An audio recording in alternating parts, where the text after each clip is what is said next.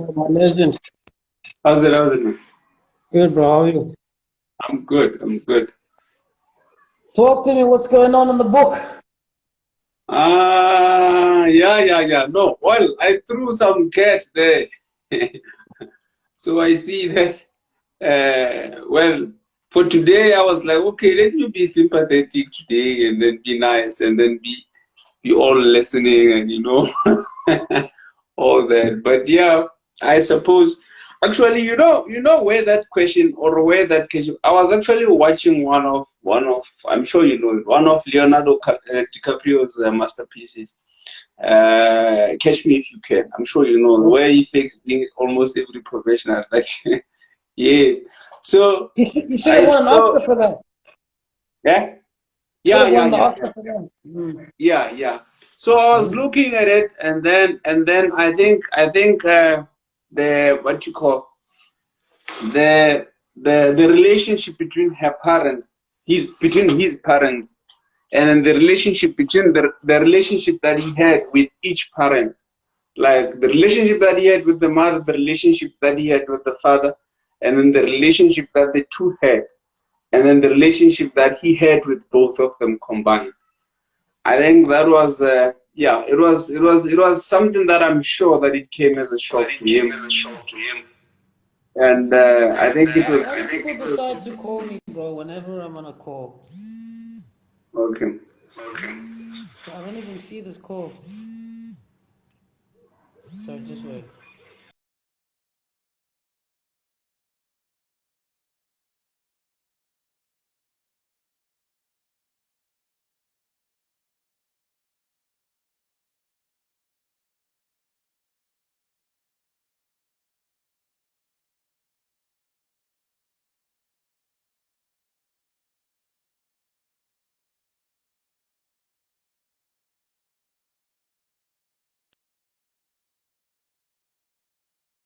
So Yeah, okay. Are you back yeah. on So now? okay. So what? So you saw the relationship that he had with Yeah, each of his yes, parents, and the yes, relationships his parents had with each other, then the yes, relationship he had with his parents together. yes. It's like three relation. Like basically, that guy had a relationship. The relationship that he had with both of his parents together, you could see that he's having this relationship with these people as a unit. It's basically in these two people he actually has a relationship with like three people because it's the relationship with the mother, it's the relationship with the father, and then it's a relationship with both of them as a unit. You Mm-hmm. understand? And then yeah, and then there was a time, I'm sure you know, there was a part whereby now the parents were divorcing. It hit him like a ton of bricks, because now he couldn't understand how everything was okay, and then now all of a sudden you guys are telling me that you are separating and you're divorcing, not even separating, you're divorcing. And then you could see that he was not happy with that. And again, I think there's a part whereby there's a guy that was coming to actually I think that guy was cheating with, I'm not sure whether he was cheating with the mother or he slept with the mother or something. But then you could see how broken he was when he saw that happening. And then even the relationship, the secret that he wanted to keep, that he like, okay, the pressure to want to keep that secret from the father, after the mother said, you know what, don't mention it. And then you could see, basically you could see that at each and every relationship, like this guy, after the parents separated, it's like he had three breakups all at the same time. Like what you would experience in one breakup, he had that breakup on three separate, or on three breakups all at once. And then he was then put in a position whereby he had to choose, because that I think the cleaners, the lawyers, when they come, they make everything professional. So they presented him with the document and said, okay, you have to sign your custody now. Who do you want to live with? And then he couldn't choose. and then he ran away. And then I think that's also what made me put this there, throw it out there in Facebook, that because now it's beautiful. Like the movie is beautiful in such a way that you can see that now he almost puts in that scene, he almost puts or gives an answer to the questions that we normally have, whereby normally people, most important, mostly women, would normally think that, or not only women, but then even men, whereby when they break up with it, it's just that it's mostly women in comparison. When they break up with the child, with the parent, they almost assume that it's about them and not the child. But then it is about the child, because the child, both these people are the immediate parents of the child. They are the immediate family members of the child. Meaning that you cannot make me choose between my mother and my father. And then the fact of the matter is that currently, when in most Black or South African, well, in most families, in most marriages, when they end, children are actually not even in the picture in the decision making. And then we assume that the parents are to know what's important. And of course, yeah, it's true, parents know what's important because they are much older. But I think that breaks children in such a way that we cannot really imagine, we cannot really make sense of. Because even in that movie, it's not, the thing is that you cannot see the extent to which that has damaged the guy. But you could see the fact that he actually had to run away and then try. I mean, that guy worshipped his father. He loved his father more than like he all that he was doing, good and bad, you could almost say that he did it to honor his father. And then the thing is that I understood him as well. He understood that, okay, I'm a criminal myself, and then this child is my child. He's a criminal, and then me saying that he should not be a criminal, it's really not gonna happen, because this is all I know how to do. This is all I so and then now you get even after, for example, after the divorce, and then while he was now faking everything, and then you go back to the father and then meet the father. I think he met with the father much more than he met with the mother, to show that actually he was his father's son, and the relationship was very, very, take out the morality out of it, but then the relationship was super. It was a good, plus like a relationship between Khabib Nurmagomedov and his father. You could see that the guy he almost elevates his father to the position of a god, regardless of how well, I don't know how he grew up. Maybe his father was well, they don't drink, they're Muslim. Maybe his father was not a bad guy. He was a good guy most of the time. But then you could almost see that. And then it also, I think he also owes his success to that. In fact, he does say as well that he owes his success to his father. The same thing that happens with that guy, with Frank on that. You could see that he also owes his success to his father. He is his father's son. And then but then the breakup there, it's actually what was actually, I think it was the most painful, possibly the most painful moment in the movie. Yeah, the trigger for everything. Yeah. I mean, look, it's a good thing that you mentioned that movie, because it's one of my favorites as well, especially from him because of obviously the performance. But I think movies like that are even greater because you can relate to them.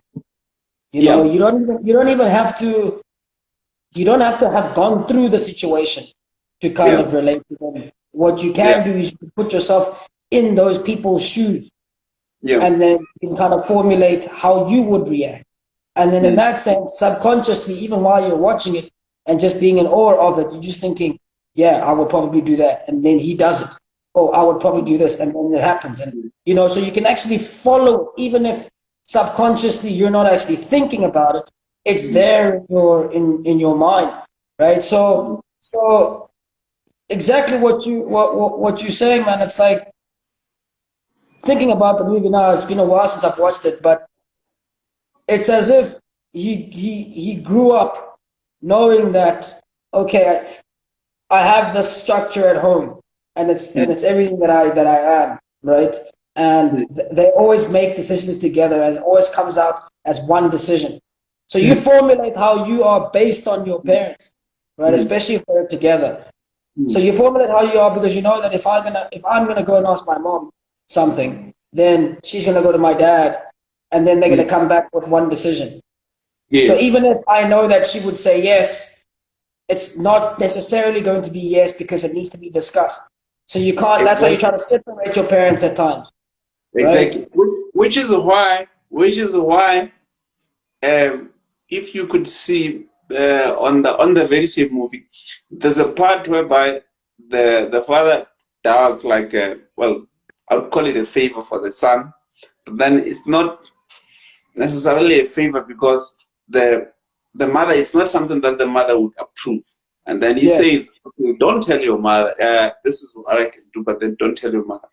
So yeah. again, it It's goes like the first besties you have, right? Like your mom and your yes, dad, like the first yes, besties you have, because you can tell your mom something, and then yeah, she'll say yes, but she knows that your dad would say no, but she knows yeah, that you would like it if she says yes, so she kind of wants you to do it and like her and not yeah. hate her, and your dad does the same thing. So you get the ability to be again with what you get to play them against each other, but at the same time you get to have them play themselves against you. Yes. Yeah.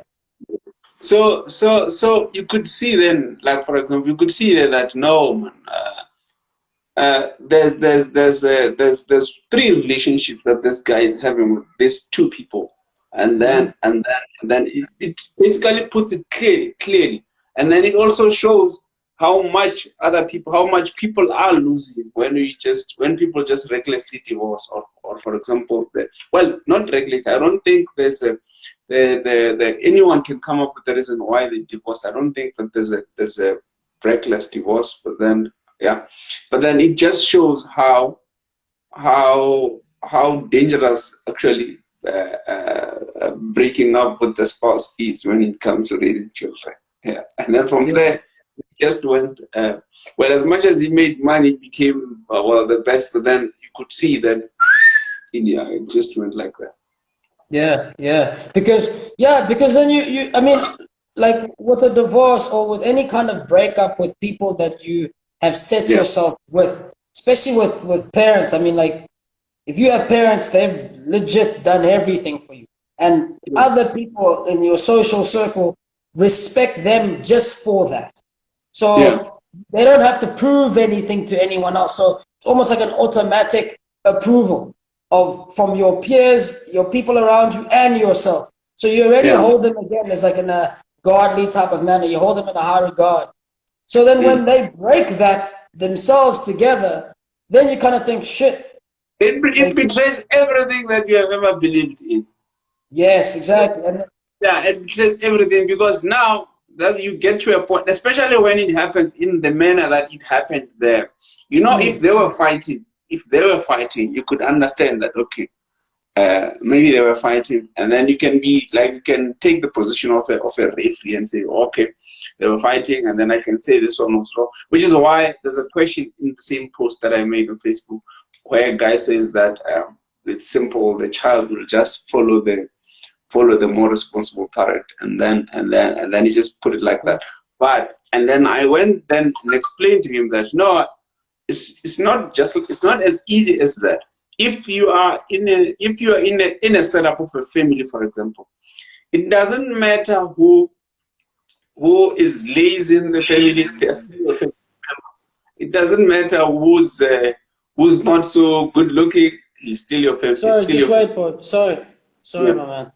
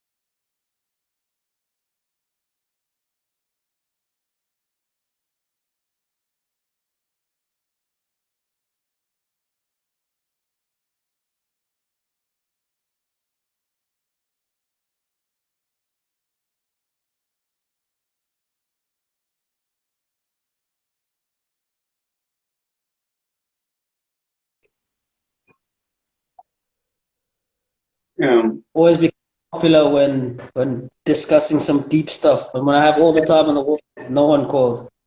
Okay, yeah. Uh, So yeah. So as I was saying, I responded. I told the guy that you know what.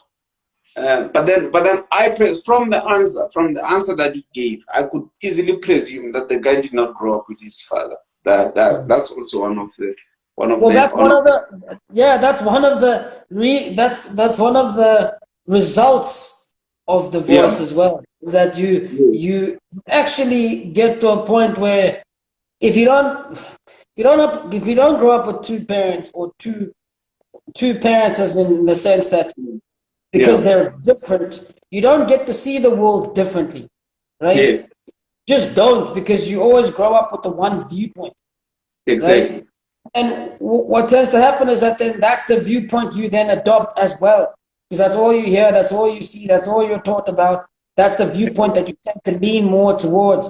And then as you then meet people of the other gender or of the other species, you then go, I don't understand that viewpoint. Why are you guys yeah thinking like, why is yeah it like that? Why is it like this?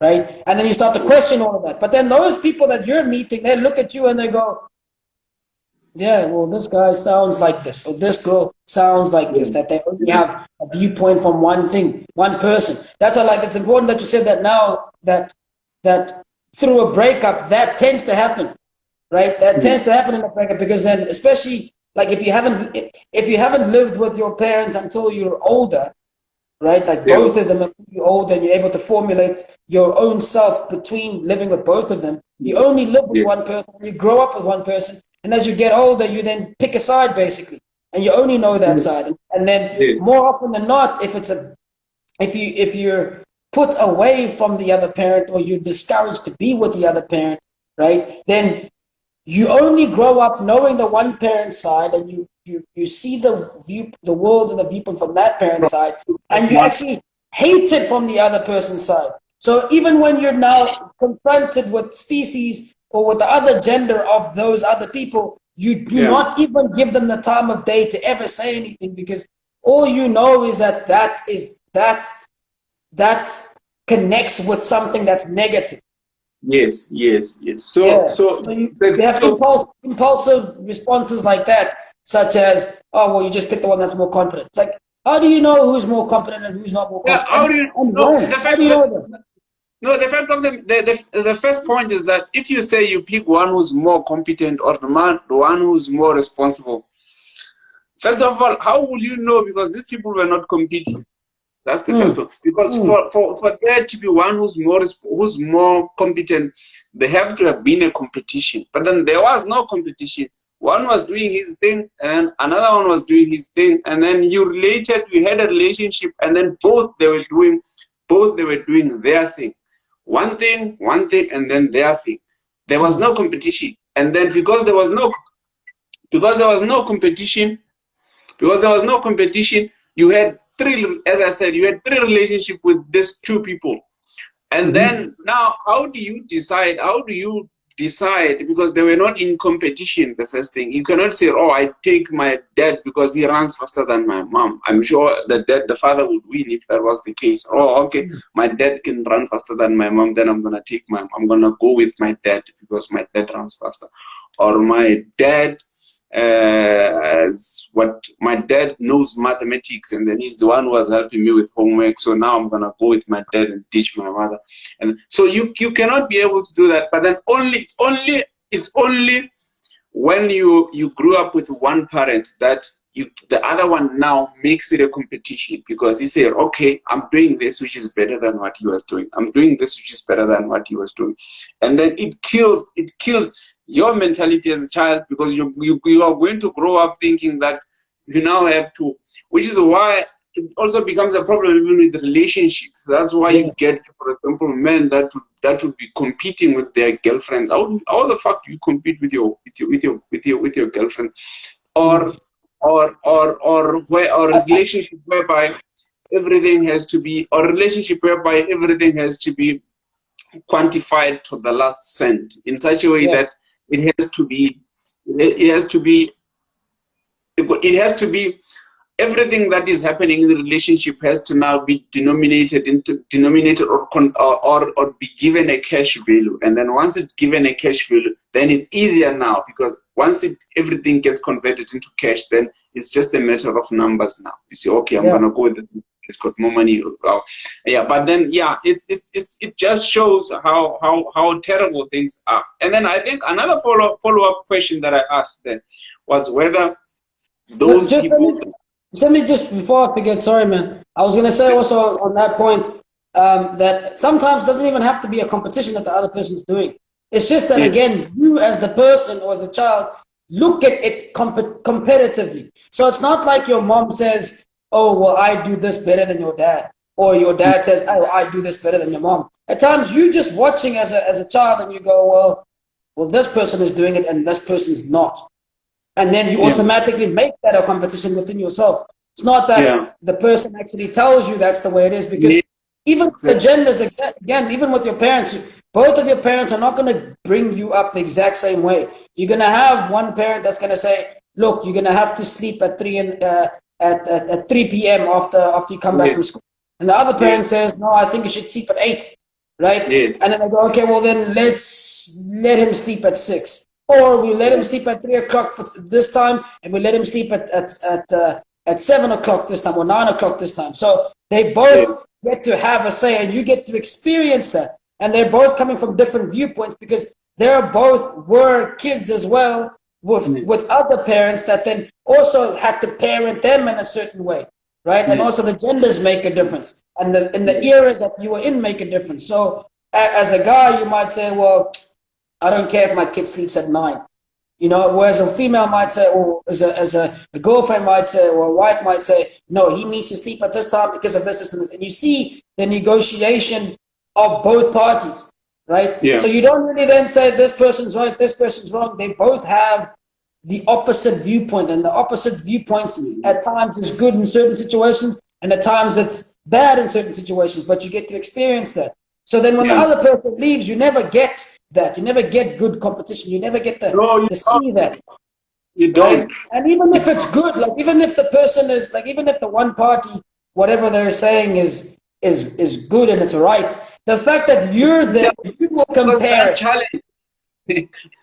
It doesn't matter because it's unchallenged. It was not negotiated. Yes, it was not, exactly.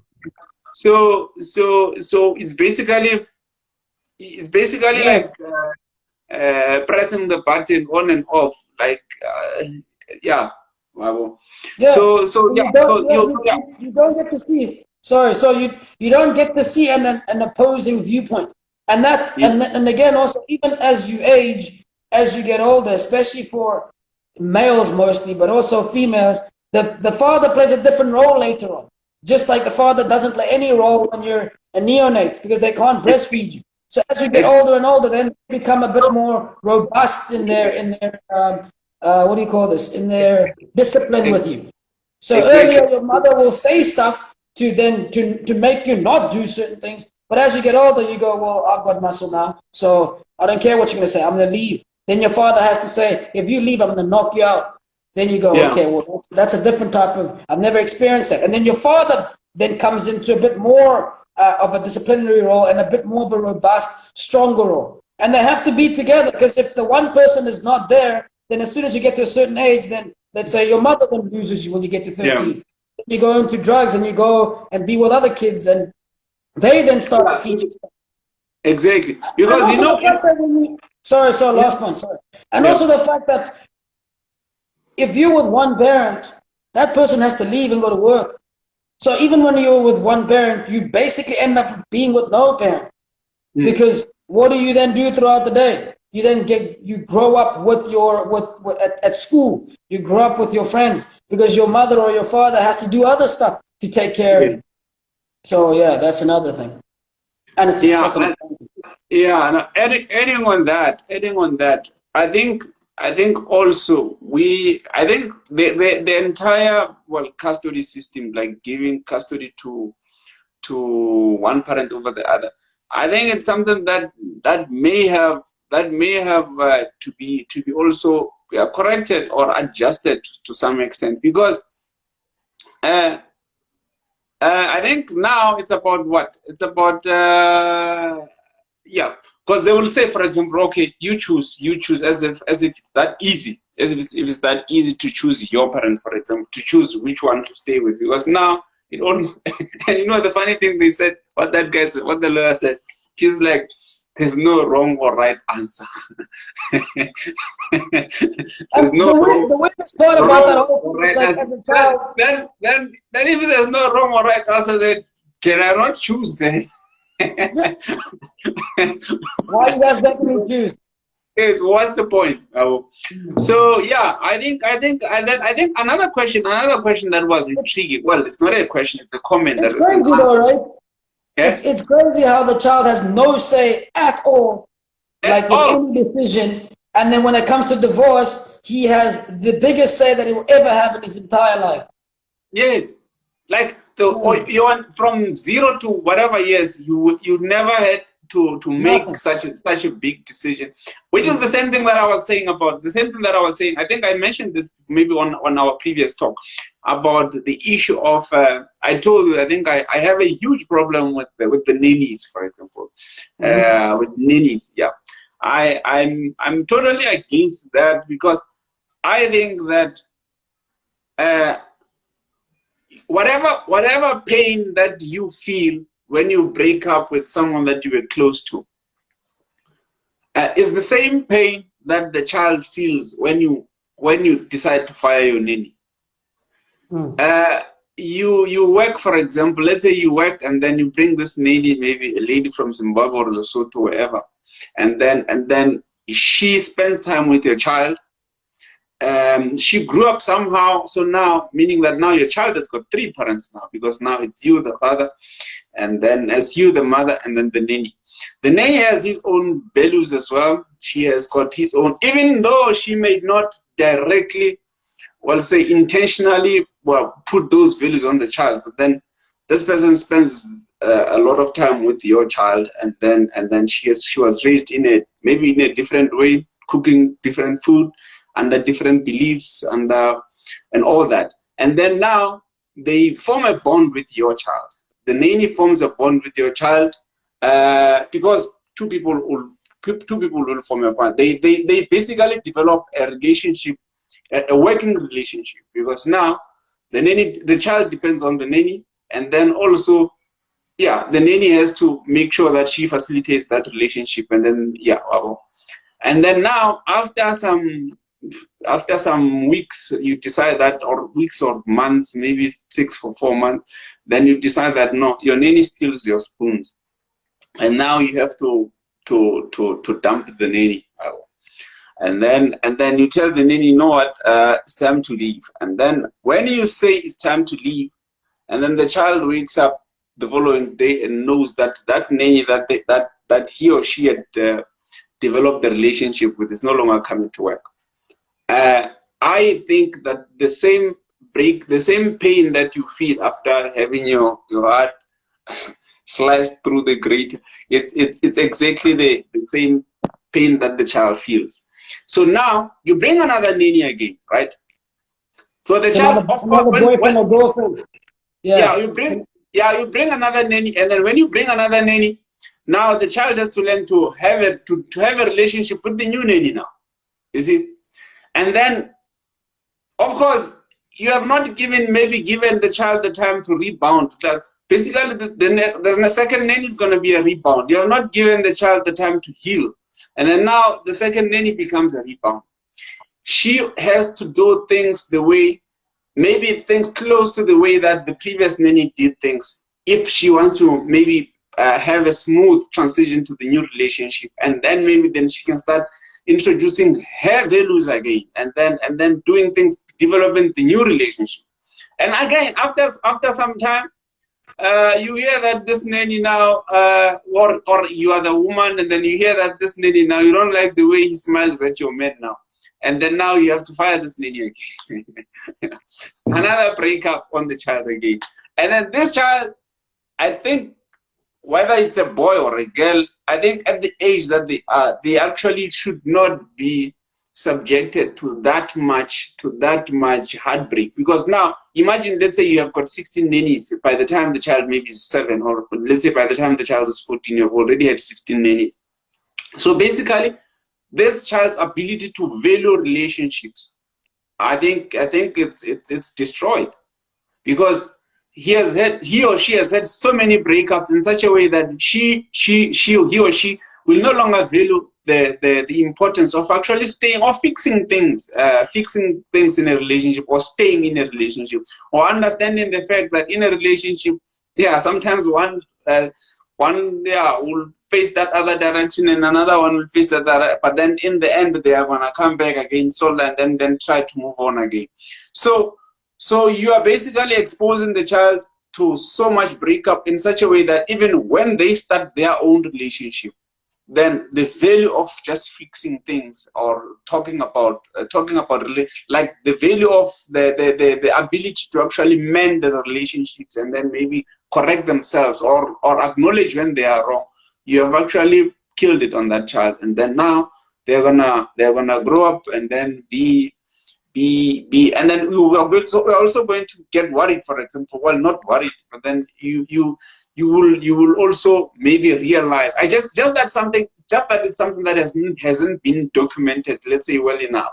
But I want to think that the people that didn't grow up with nannies, that grew up in families whereby there's maybe, let's say, maybe they grew up in an extended family, or in a family whereby the people that are there and people that are coming out, that are coming in and going out, but then there are people that are a family unit. I think that they've got stronger relationships later in life, and stronger marriages later in life. I'm not saying, as much as it has not been studied, but then you can see in other nations, for example, look at, for example, the Islamic or Muslim people.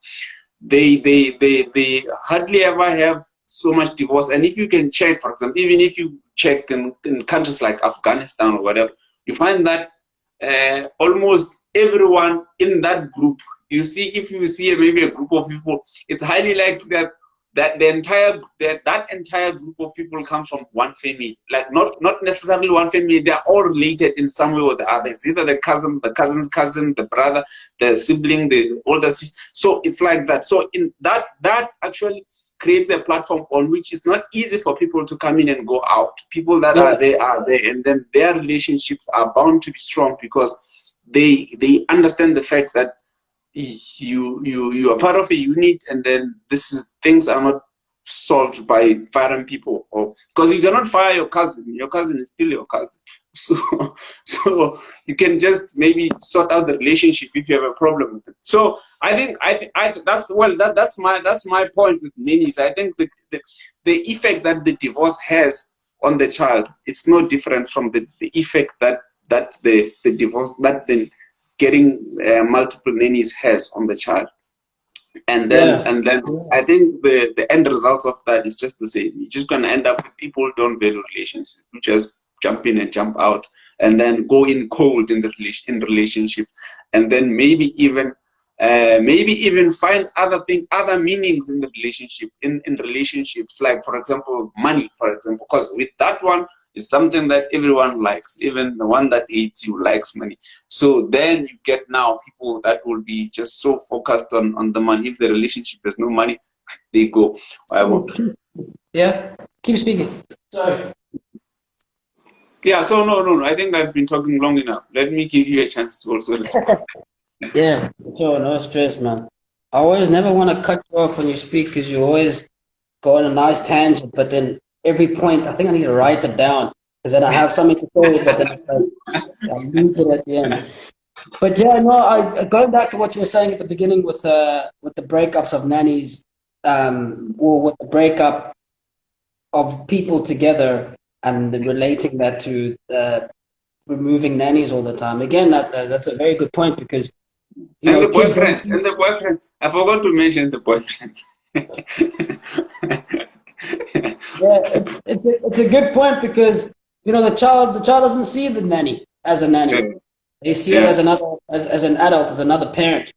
As you said. So whereas the two adults in the store, or in the actual relation, know that this person might be here and they might leave. It's not like a grandmother where even if I fight with them, I'm gonna still go give my child to my grandmother. That person will always be there, no matter how old she is. But if this person does something today, this child will never see him again, will never see her again, right? So it's devastating, of course, and especially when you keep changing those people. And I like the fact that you connected that with the breakup of relationships as well, which is what I'm genuinely see as well is, well, I'm gonna have, which is why marriage is so important. Marriage is so important to having kids to begin with, because if not, the amount of damage that you can do to a child by you just living your life and you're thinking, well, I'm just going to make sure that this baby that I have doesn't die, then I've done my job. But every time you're living your life and keep changing your environment, you change that child's environment. And that child doesn't see that environment like you see the environment. So you might say, okay, cool, I'm going to be with Clark today and he's going to be my boyfriend, right? And then I'm going to do everything else that I wanted to do in life, and I'm going to introduce Clark to my child. That child, as uncle. yeah, yeah. Yeah, Uncle that child will see that person as, okay, now I need stability. This is the next stability that I'm going to be in. Let me now learn. And obviously, especially as a child, you're always right as a child, right? As a baby, no one's ever going to be too harsh on you. So they're always going to try to make, they're going to make means for you. So now when this person comes in, they will know that, and they will try to also make sure that you like them, because them liking you is then paramount to you staying in the relationship with the parent, right? So you then obviously then want to make sure that the child is just also then doesn't resent you or doesn't hate you, right? But as time goes by, if you disappear and another person comes, and that child goes, oh man, here we go again, someone else. And then you as a parent go, well, I couldn't live with that person. Oh, well, the baby is still alive, so I've done my job as a parent. And then that person grows up, and then when they grow up, then you go, okay, cool, well, now what I'm going to do is I'm going to marry this person that I'm going to be with. And then you get married, and that child is now old enough, and they go, no, well, I want my dad, or I want my mom. And then you go, well, no, it's time for me to do what I need to do, because I've done my job with you. I've made sure that you didn't die. And then all that time you're thinking, okay, well, was that the only job? Okay, well, let me go into relationships. Then you go into relationships too, and then you just keep changing relationships, because what is stability to you? You don't know what that means, right? If someone does anything that's untoward, you cut them off. It's almost as if you make an excuse to leave, right? So at times the person doesn't even have to do anything. You just go, no, I just don't like this about you, and you disappear. Now the problem is, again, it affects the sexes differently as well, right? Because more often than not, like, let's say if it's a guy with his mom, he's going to be overprotected more than anything. And if it's and he's going to have oh, here we go. Yeah. Anyway, so he's going to have his father at as the highest pinnacle. It's almost as if he's going to try to emulate his father in life. And now if his father is going to be a negative father, right, or portrayed to be negative, then that's game over. Then it's every man that is going to try to be close to my mom, I will cut them off. And even subconsciously you'll do that, because you know what the person that your mom had trusted with everything, and with your life, with everything in your life did to your mom. What is a stranger going to do? So you're not even willing to take that risk. And that's how you become your mom's boyfriend or your mom's husband, because then no guy is worthy, right? And then also another guy, when another guy comes into that relationship, you'll go, well, your senses are always going to be high, and then you're going almost like a battle mode. And that other person coming in goes, well, I don't have to deal with this, and then they're gone. And then you go, yeah, well, mom, you see, I told you. Then it's like, no, not really. It's because you're actually there overprotecting, and this person's coming in and he's trying to connect, and then you're overprotecting, and then he goes, well, I'm not keen for this, right? And sometimes with females, when they come in, they can't have that. Say if it's a mother, they can't have that combat with their with another guy that comes in, right? Yes, So this guy yes. kind of tries to make sure that he likes, she likes, And it was very, very.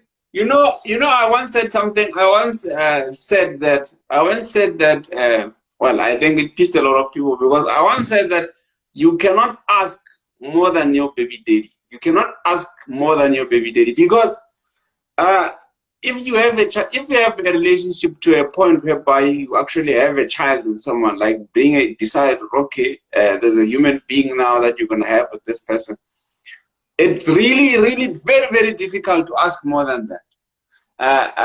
It's very, very difficult in the same way that that the child reacts when a new guy comes into relationship with the mother, and then the father, let's say the father left, or the relationship, maybe let's say the father left, because now it's like, okay, if you come and then you're going to play the father role to me, and yet someone who was the actual father did that, and then subconsciously people are like, the child's going to be like, oh, okay, this one is basically going to do the same thing, because if that one can do that, that means this one, it's what not are the even, chances? yeah, what are the chances, you see? So if you just, well, I'm sure even if maybe they are not aware of that mathematics, because I think this, they can also, it needs to be, it also maybe needs to be studied why, the reasons why is the why things that, another thing is that we disrespect children so much that we don't really care about what they think, because No. I don't think a lot of people, and even a lot of mothers, do ask the children, or even fathers, if they do ask the children, okay, you don't like uncle so and so, uncle Chad, let's call him Uncle Chad, you don't ask Uncle Chad, but no more. Chad cannot be a stepfather. Let's say Uncle James. Yeah, let's say Uncle James. Chad is Yeah, always the main boy. let's call him Uncle James or Uncle Jonathan. So no, now Okay. and then I think parents never asked the child, okay, why don't you like Uncle Jonathan?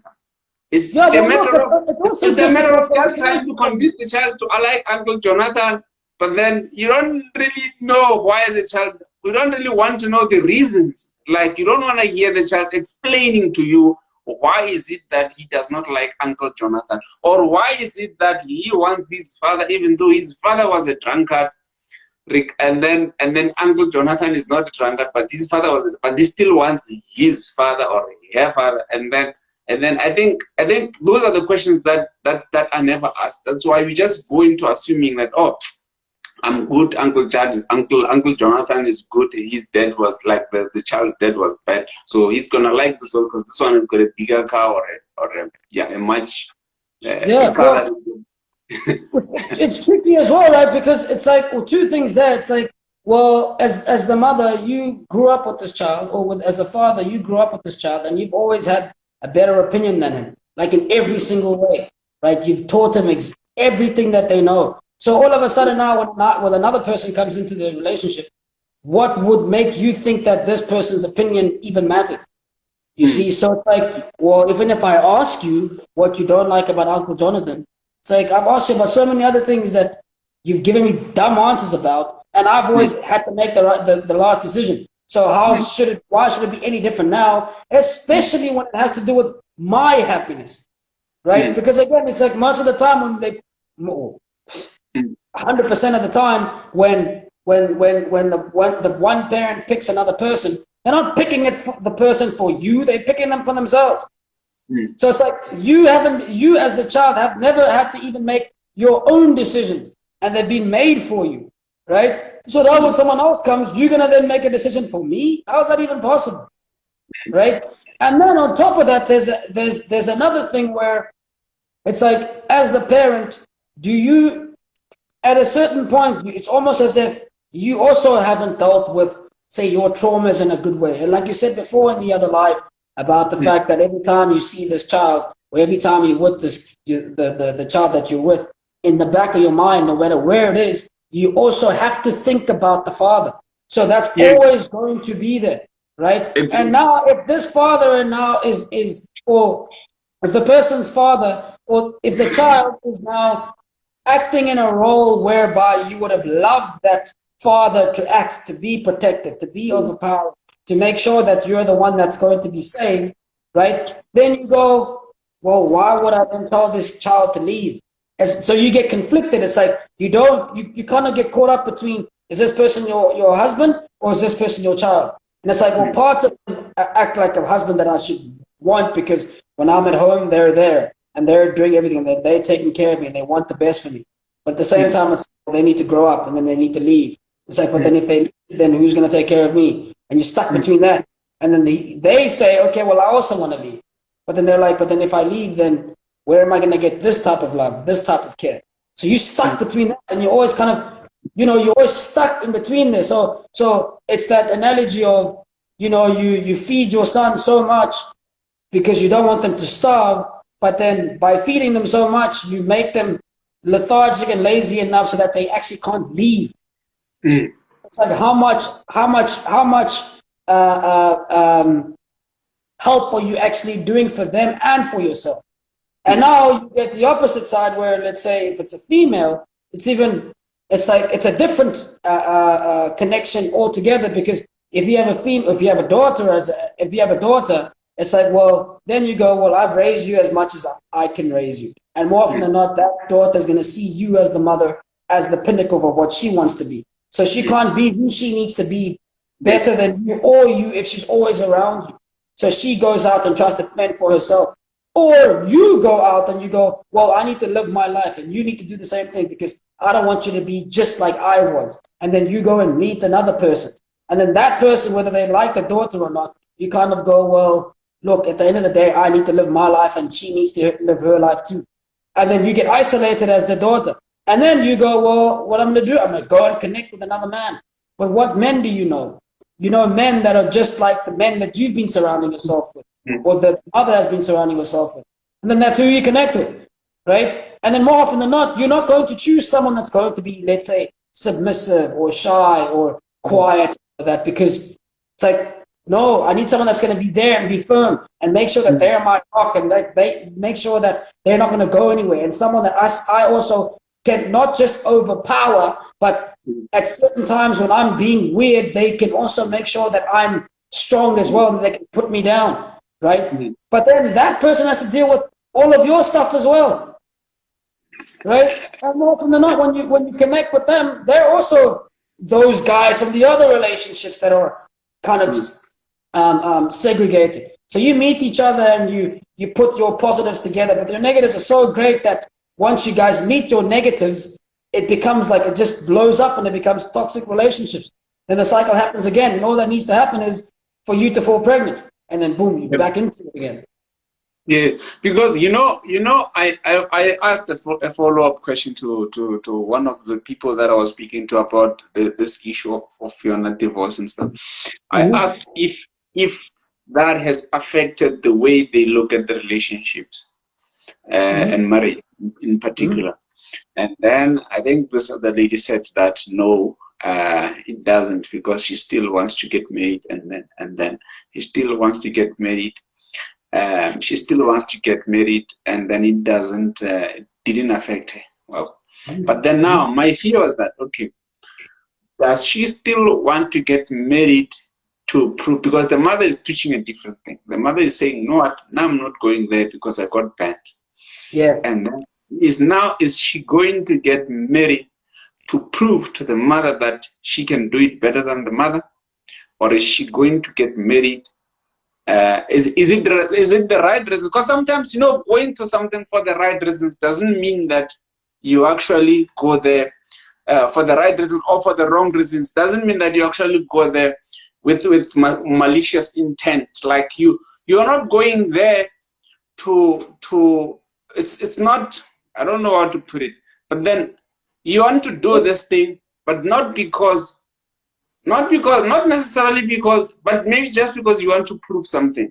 But that's also the thing, right? That's the power of the subconscious, is that oftentimes, again, it's like whatever the choices that you pick them because you think that you're picking them. But you've been programmed or nurtured to the point whereby when you do it, it's like, oh, when you think about it, when you sit down with a psychologist at times and you sit and you talk, and then you unravel your thoughts and why you do things and why things happen, then you go, oh shit, That's why I'm attracted to people like this, and this is why I don't find people like that attractive, because there's a root, there's a root, there's a root.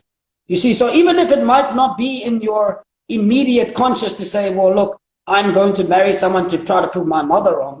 It's like, okay, cool, you might say that. And then you start to unravel it and you look at the person that you connect with and you see, oh Yeah. shit, they're actually different. Oh, they're the same as my father. Oh, okay. And now what do I want from them? I want the same things that my mother wants and the things that she said that she used to want from my father. But how do I act? I act exactly how my mother used to act, and this guy acts exactly how my father used to act. And it's the same the other way around. You know, we look for our mothers at times. It's like, well, Yeah. who do I want? I want someone that's going to be overpowering, all sorts You of know, things.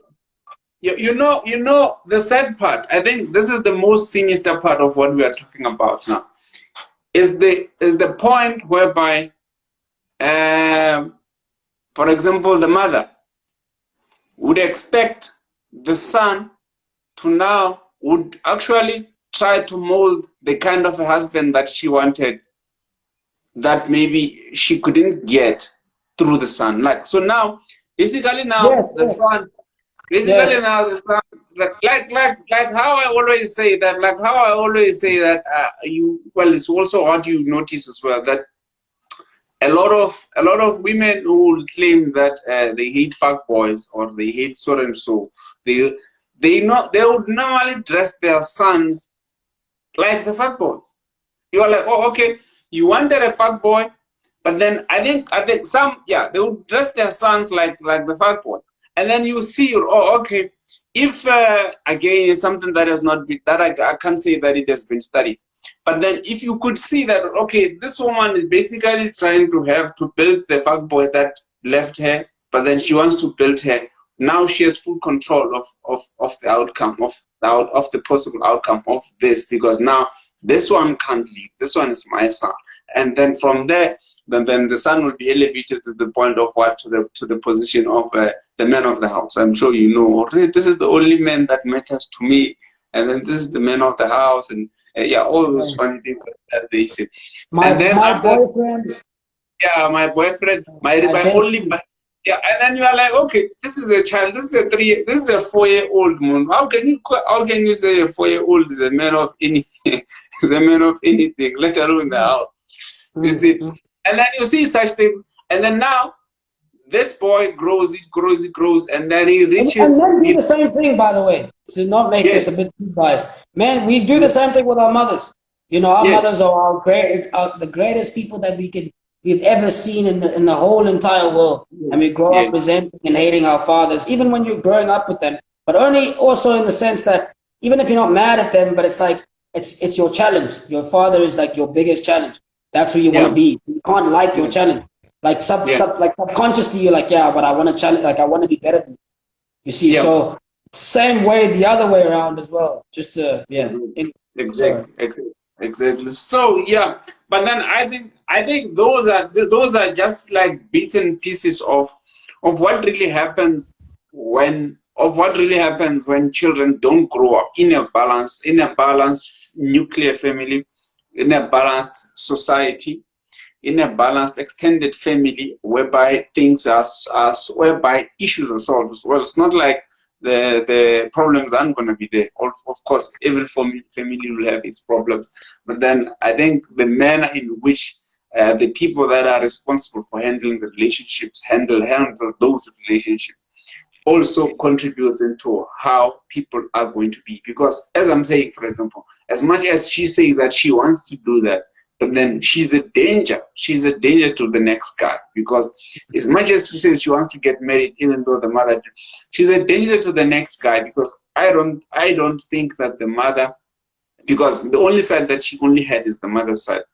and I don't think that that's the honest and then the full she has gotten the full account of what really happened between the relationship. And then same thing. And it's like saying, it's like I've seen mothers who say that, hey, I dumped him because he was a womanizer, for example. If my mother was to tell me that she broke up with my dad because my dad is a womanizer, and then she did not want me to have a relationship with my dad, or she stopped me from having the relationship. I think I would not be happy with that, because even if he's a womanizer, but then he's my father at the end of the day. He's a. Yeah. I think another thing that we have a problem with is that of thinking that Your the problems are your relationship child. is of thinking that the relationship that we have with the relationship that we have with our children is should just be that. So we fail to understand the fact that a father, a man can both be can be a very bad, can be a good boyfriend, a And bad husband, a good father, a good community member, and then maybe a bad teacher at school. You find like all these things. So that's why it's very important to allow people to have the relationship with the other people that they're supposed to have a relationship yeah, that's very crucial. with. Very, Yeah. very crucial. Because again, I mean, that's the selfishness of adults, right? Or the selfishness of parents is that you only want to view the world from your own lens. And that's the Yes. problem with having kids, is that your lens is no longer what's important to you. But the thing Mm. is, because you've looked at life through your lens your whole life, the only thing you care about is that. That's why oftentimes it's almost like it's almost better to just give the kids to your grandmother and grandfather, because they have the Mm. best interest of everyone, right? Mm. And then Mm. oftentimes, and again, even then, it's like they at least have they're a nuclear family, right? Mm. Whereas if Mm. you're trying to also make it in life, and you're also trying to, fight the crazy battles outside, you're always Yeah. going to try to obviously make it about yourself, because sometimes you have to. I Mm. mean, what are you gonna do? Like you're living your life, and that child is living their life. And oftentimes, what happens is why when the kids get older, they feel like they owe you something, or even the parents Mm. make the children feel as though that they owe them something, Yeah. because it's like, well, I lost those years of my life because of you, and now you Mm. need to owe me something. Or even if they're not going to be that malicious, the child just feels as though, no, you know what, my son has done everything for me, or my daughter has done everything for me, so I mean, the daughters feel that my mother has done everything for me, my father has done everything for me, so I'm going to now want to pay them back. And then you end Mm. up always repaying. And then you then connect into your own family and you get married. And now that Mm. marriage, that person says, cool, I need you to myself now and pay attention here. And you go, but my family. And another Yes. person goes, this is your family now. Yes. Like, I understand you want to, do whatever you want to do there, but this is your primary concern. And it's hard for people to then divorce that, because your whole life you've lived for these other people. And then you Yes. met this person and then you've found stability. Now, how the hell are you just going to say, okay, well, I'm going to let this whole thing go? It's difficult, right? Yeah. And then oftentimes that's the same. And then as soon as you do that, for example, the people, the family that you do leave, your grand or your mother and your father, that you kind of separate from to be with your other partner, they feel as though that other partner is who influenced you to leave Mm. them. And Yes. then they don't, because in their mind, they're thinking you've always been here. You've always been with us. Now you So got married. now you All can't of a be here. sudden now you've changed. They don't think to themselves that, no, but at some point you need to grow up and live your own life. They just go, Mm. well, oh, 1 + 1 = that person is the one that's trying to pull you away from us. And then they Yes. go and animosity against that person. And then it's a them versus us type of thing. And then Mm. it's another complete shambles thing. So it's a very complicated, very complex web of a lot of things that you have to think about before you make any decision of Mm. having children or of divorce. And again, it goes straight back to that previous thing that we talked about. Like the first life is that you need to make sure of your womb and who you then share your body with, and Mm. who is the person that's going to then suffer the most if anything negative happens. Exactly. Exactly. That's exactly true, because um and then the thing is that there is so many examples that just keep that avail themselves to people that want to learn about this thing, but then still they will still continue to argue about continue to. There was a post that was Sorry, doing sorry, trends. man. Just wait Okay. again. Just wait.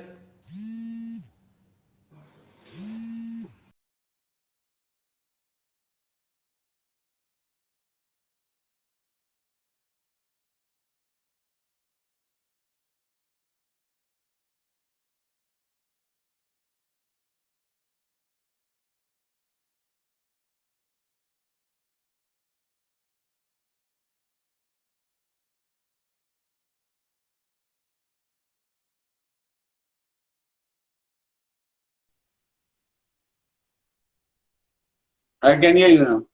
Okay, sorry, bro. Yeah. Yeah, but let me switch this one off because that's not.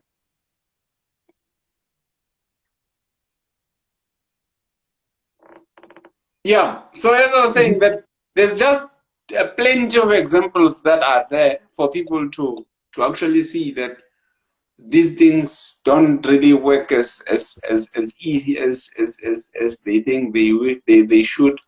But then the thing is that I think people are stubborn because they will keep on doing the same thing. They will keep on doing the same things that they see that aren't working. But then, Yeah. but then I think the question might be, why are they doing that? Why do they keep I on think, doing? yeah, I think one of the reasons that they do that is it goes back to another live that I had with another boy of mine, that it's safer that way because I mean it's your whole existence there. It's Yes, your true, whole true. yeah, it's safer. It's your whole existence. It's what you know.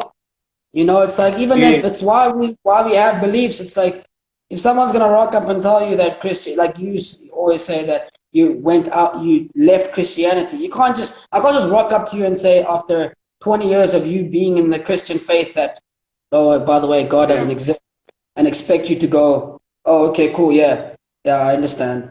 It's like no, you have to really convince someone, and oftentimes you then have to battle between, well, is it actually better for me to just keep believing it? Or is it better for me to stop? And yeah, oftentimes, if it's serious things like this that hinder with your emotions, it's better to just carry on the way that you are because then you go into depression, then you go into the anxiety, then you like listen everything. addiction. I Yeah, think it has the same effect. I think what we do, the things that we grew up seeing, and then the situation, they've got the same effect as addiction, but then on a mild, in such a way we can't call them addiction because. But then I think the whole effect of what or the whole effect or result or the process of that is the same way that is the same as addiction. It's just that it happens in a longer wavelength, so you cannot really see that it's addiction because it's not squashed, and addiction will be like intense in a short space of time. But then, because at the end of the day, people do what they know. They don't necessarily do what's right or what's wrong, what's right. They do what they know, because in most cases, if you check the patterns, you're like, oh, okay, this people does this, but then because you ask yourself, okay, why was this guy? Why is it that why did he grew up seeing his mother getting clapped by his father, and then he grows and then he claps his girlfriend too, and then you're like, okay, shouldn't he have seen that this thing is wrong? But then they do it. I think it's the same. It has it's really the same effect as addiction. It's just that it's on a much like a longer wavelength, yeah. because now That's a if good example. That's a yeah good because example. yeah Yeah, because when you're out of it, they might say, "Oh, you know what? I should have never done that. I know the effects that it does on people." And then you yes, put them in that situation, and then it's almost like a yes, fight or flight response, where they go, "Okay, well now it's yes, happening. Now what am I going to do? I'm not going to be thinking yeah, yeah, logically. I'm going to act." because after that, I think there's I'm saying this because I've also been watching even my patterns as well. Some of the things that I do, I would see, for example, some of the bad things that I would say that I maybe didn't like my father doing, but then now I find myself doing, and I was, whoa, what's happening now? And then Mm. I then try, for example, to sort of dissect that and then see what's happening, and then I realized that in that moment, I normally tell myself, oh, that's why my dad did this. It's because, and then because now, even though I'm doing it, it's bad. I'm justifying it by saying, okay, that's why my dad did this. Why? Because when he was at that moment that I'm in now, he did this. But then it actually now takes a lot of courage. It takes a lot It takes of more. yeah, It and takes conviction more. to now change yourself and say, okay, I'm not going to do this now. And that takes a lot of courage and then a much more energy than it takes to actually do it. So Yeah. so Yeah. so So it's so just now easier to just follow. Yeah, it's easier to just follow what the hell was yeah, what you know. to do that than to change now, because when you change, the same way religion works, for example, you grew up being told that there's God and then there's Jesus and then whatever, and then you're told by that family, and then they told you that when things get this difficult, this is what you should do. You should kneel, and then you should pray, and then things are gonna work out. You see, but you ask yourself, okay, someone on the other side who didn't know anything about Jesus or God or anything, what do they do? And then you find that even when what the parents like they would do what their parents used to do when they were in the situation that he's in. So now it's also safe, but to change now and go against the belief and say, okay, I'm cutting this, I'm no longer believing in this, I'm choosing to not believe. I can tell you, it's still one of the most difficult. It's more difficult than getting a degree. That's because it combats your safety, right? Because when your parents do something, you're looking at, it doesn't have to be parents, but when you're looking at people that came before you and they did stuff and they survived, and then you have a choice either to do the exact same stuff or something different. It's better to just do what they did because you saw what they did and they didn't die, right? So it gets ingrained in you. And then obviously if it becomes more and more complex decisions, you're less likely to do more freakier and crazier things. Because then if it's something like that about like, well, should I marry or not marry? And you look at your parents and they're married and they're happy and it's all sorts of things. You go, no, I think that's the way to marry, right? Because it's a massive thing. It's a massive decision. And if you see it happen, then you do that. And then, or the other way, where you see that, no, it's not great for you, you go, nah, it's not going to work out because it's trauma. You know, your safety's at risk. So you don't do it. So it's easier to then just take the pattern that person did, because that person in that pattern did not ever experience anything negative, unless it was from you. Right? Unless again, if it's something like where you beat someone up or you do something to someone and then you get beaten up for it and you see someone else do it, then you go, nah, I'm not gonna do that. You know, this reminds me of a conversation I was actually having with a friend of marriage, right? Like your marriage, the whole idea of marriage. And then I was like, you know what? I'm starting to see this thing, and then I think currently it's a big fucking scale. But now everyone around me does not believe that. Even he does not believe that. And then my parents don't believe that. And then my brothers don't believe that. Everyone believes that no, it's the right way to go. But then I had to explain that no, I'm not talking about marriages and the union of two people or living together and stuff. I'm just talking about the contracts that come with that, the tricks and everything, the law that governs that institution is flawed. Getting into that institution with that law over your head, it's just bad. It's a big scam. Yeah. They were like, okay, why? I'm like, okay. When my father and my mother got married, or when my grandparents got married, I'm sure the laws that governed their marriage, they were probably not more than 10, not more than my fingers. And then it was very clear, however brutal or harsh it is, it was very clear that if this happens, this should happen. And then everyone in the society understood that. Everyone in the society, the support family, they understood that. The extended family understood that. And then the society understood that, you see.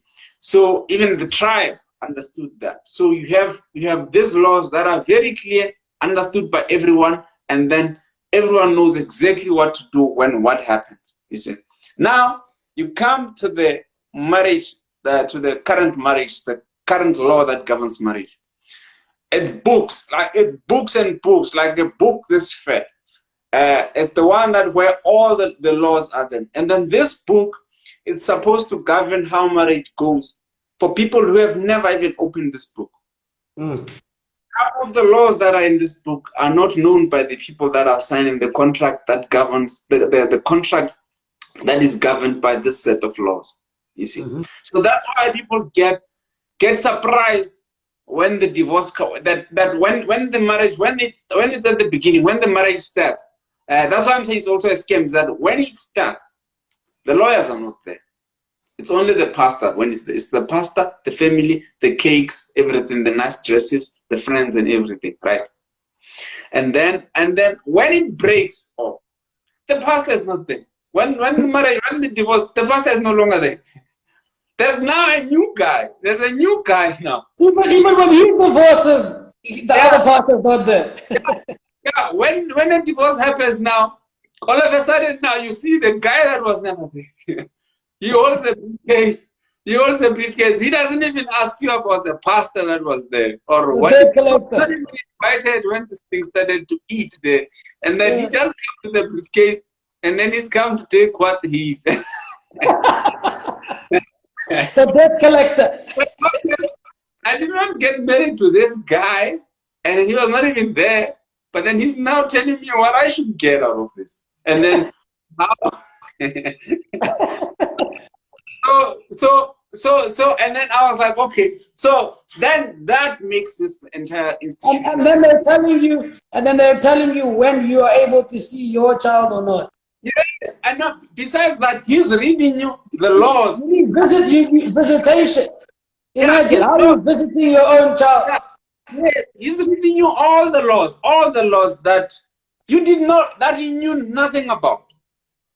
That even your partner did not know anything about, and you basically now you are breaking up, and then now you get all this, and then he's even telling you that you have to pay his costs, his legal fees. You have to pay his legal fees. You're like, okay, now why can't you call that pastor that was here, because at least he's the one who understands better, because now he was there, and then the family that was there, because they understand better.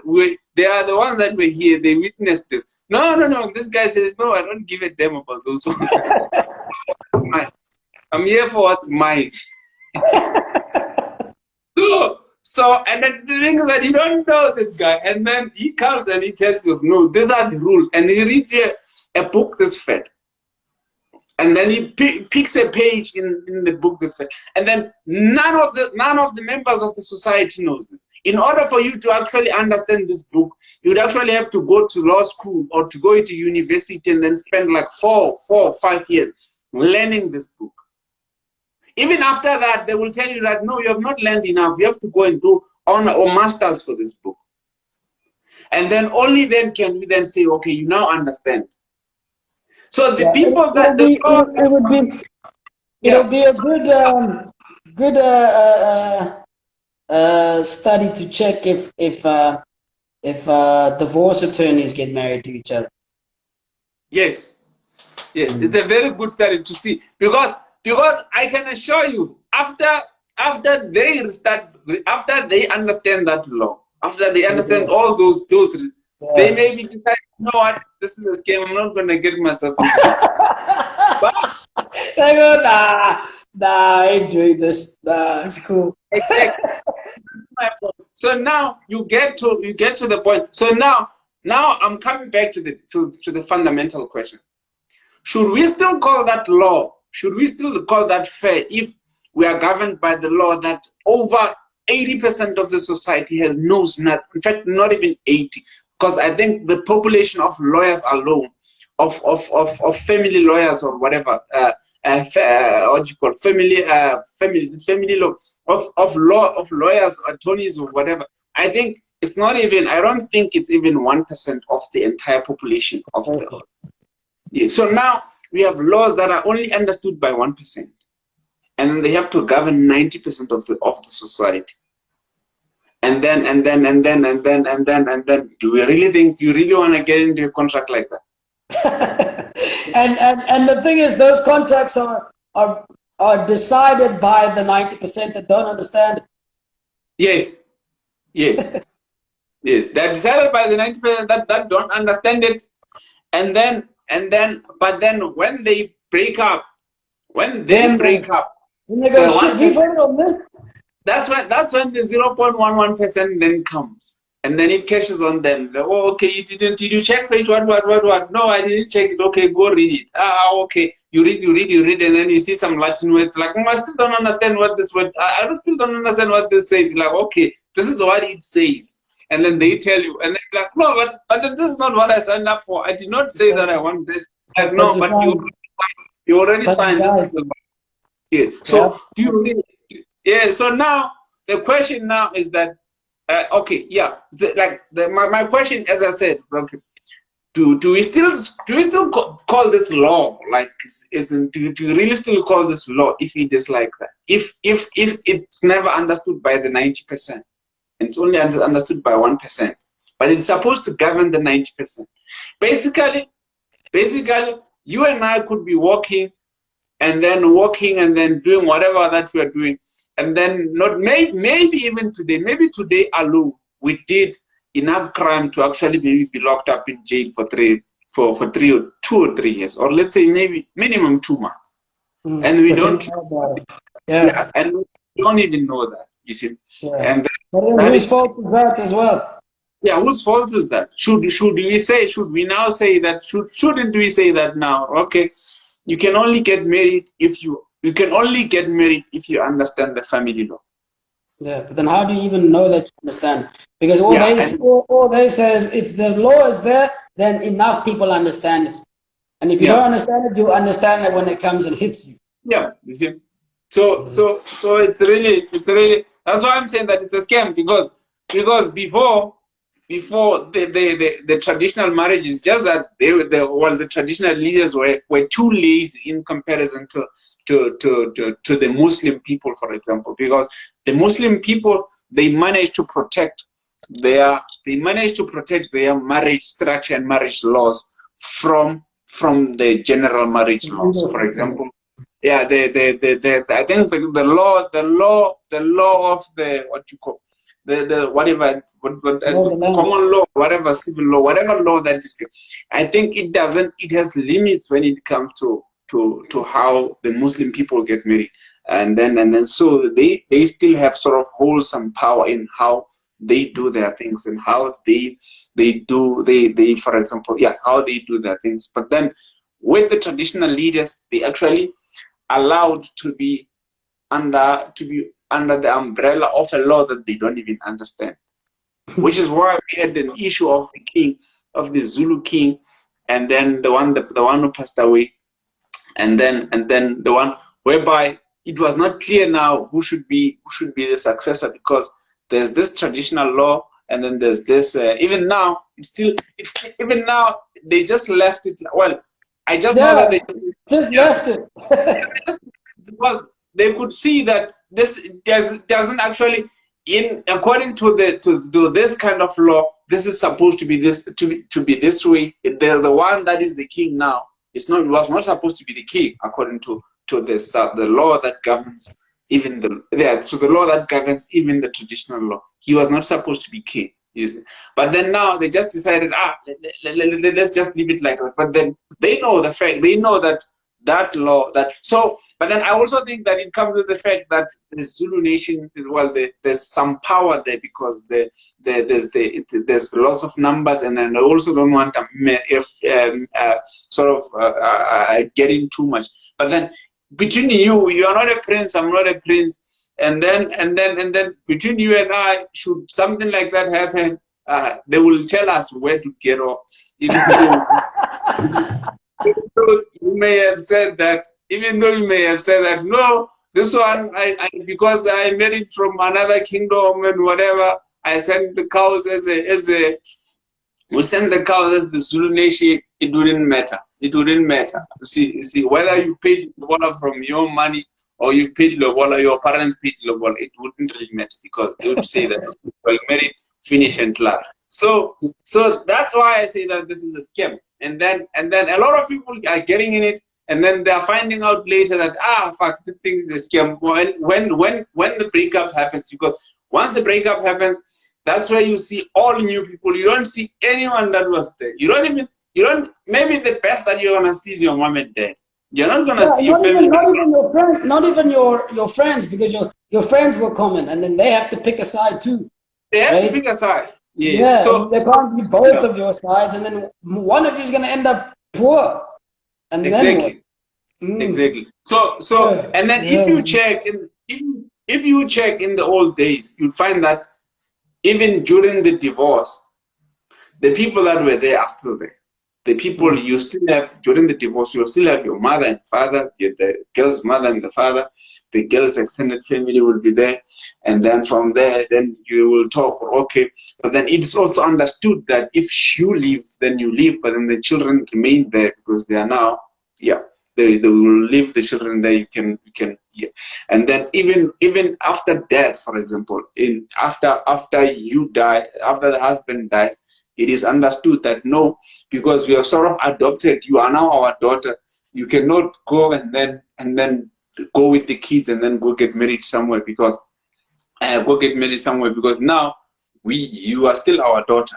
The relationship that you had with that one, with that boy is the same relationship that is the same you that puts you in a position whereby we actually owe it to us to have to take care of you if the husband is not there. But then right now, after the divorce, she can decide that she's gonna leave and then go get married to another dude, and then now it brings confusion to the children now because they don't know whether they should go with you and then be step kids that side or remain this side. You see, so that is a yeah that is a because of that weakness in our traditional laws, the whole thing has become a scam. And then I really think that people should think hard about how they want, because at the end of the day, it's still essential. It's still essential that a mother and a father, they should be Yeah. That's together the and then tricky do part, this. Jay. Yeah, Yeah, and that that's one, what that one, it's undisputed. It's undisputed. yeah. It's like it's them. They should Mm. for children for you to get the best outcome to get the best results from raising children. You have to be there. The mother has Good to be there. quality, good quality, Yeah. good Yes, good a good quality. quality. Yeah, good quality. Yeah, you have to be there. The Yeah. mother has to be there. The family of the mother also still has to be there. Even your family, the child has to to get the best quality. You have to have that watertight support. You see. Yeah, yeah. Yep. It's tricky, yeah, man. I mean, look, even the laws made it easier for themselves and said, "Oh, you guys are going to try to trick us and just stay together and not get married." We are coming. Well, we're coming. 5 years, that's legit. We're coming. You want to play us? Okay. So now, do you see now what it does? What it actually does? What it actually does? It basically tells you that if you want to be safe from everything, you better be a player until you die. because because that's the only way you can win. Because now you have to keep on checking. Oh, okay, she has been visiting. She has been visiting here maybe for now. She's been staying for a month. Another month, another one has to come in so that they can balance that out. If So, as soon as you yeah, as soon as that happens, the law will come back and say, "Oh, you think you're smart? You are married to all of them." but then if you are married to all of them, it's still better because whoever wants to divorce, then it's gonna take what whoever wants to get divorced is gonna take one fifth of the wealth, and then you and the other wives can now gang up against that. You can now They're taking part of your pie. yeah, yeah, you all having your fifth, your one fifth, and then you're gonna be what four fifths, and then the one. so it's a fucked up law, man. It's really fucked up. Yeah, they'll think of another way to catch you. I promise you, man. They'll They think of will. it. They'll make sure that if you divorce someone, you go to They jail. keep Then you get they keep inventing new ones. They keep inventing new ones. yeah, Like the yeah. current Because now. when they're chilling there, they're chilling with big boys. They're chilling with boys that are thinking like this. So they'll go, oh, okay. You know what? No, If you take 5 wives or 5 husbands and you divorce one, you go to jail. Then you don't get anyone. Then you yeah. go, oh. Okay. But I think that also mentions the fact that even our laws are actually drawn down by Sims. They are not. They are not. The, the, our lawyers are drawn down. I think lawyers are Sims. I really think that because there's no way. Well, they are Sims. Have you ever been in the courtroom? And how they bow down to the judge, how they the amount of respect The judge is the OG. The judge is the OG, but then the problem that even the judge himself was a sim, so he's basically a victim. So now he's just enjoying fucking everybody. He's a sim to the justice system. Yes. So if you check that, you will see that no. But then if you check on other religions, you can see, for example, that guy Muhammad, is it Muhammad, the Prophet Muhammad, the one, you can see that okay, they've just said okay, we are gonna follow Muhammad's teaching, and then Muhammad was not a sim. He was not a sim. No, that one was an OG. He was not. No, he was not a sim. So now it's easier for even Muslim sims to not be sims, because they can just point the passage in the Bible and say, you see, that's what it says. Okay, now go read that. That's what it says. Now watch me. It's not me. It's not me. Now come wash my feet. It's in scripture. Hey boy, I need to go watch the rugby. Shot for the talk, boy. Yeah. So yeah. Yeah, I'll see you, my boy. Shot for the talk. Sharp, man. All right, cheers, man. Okay.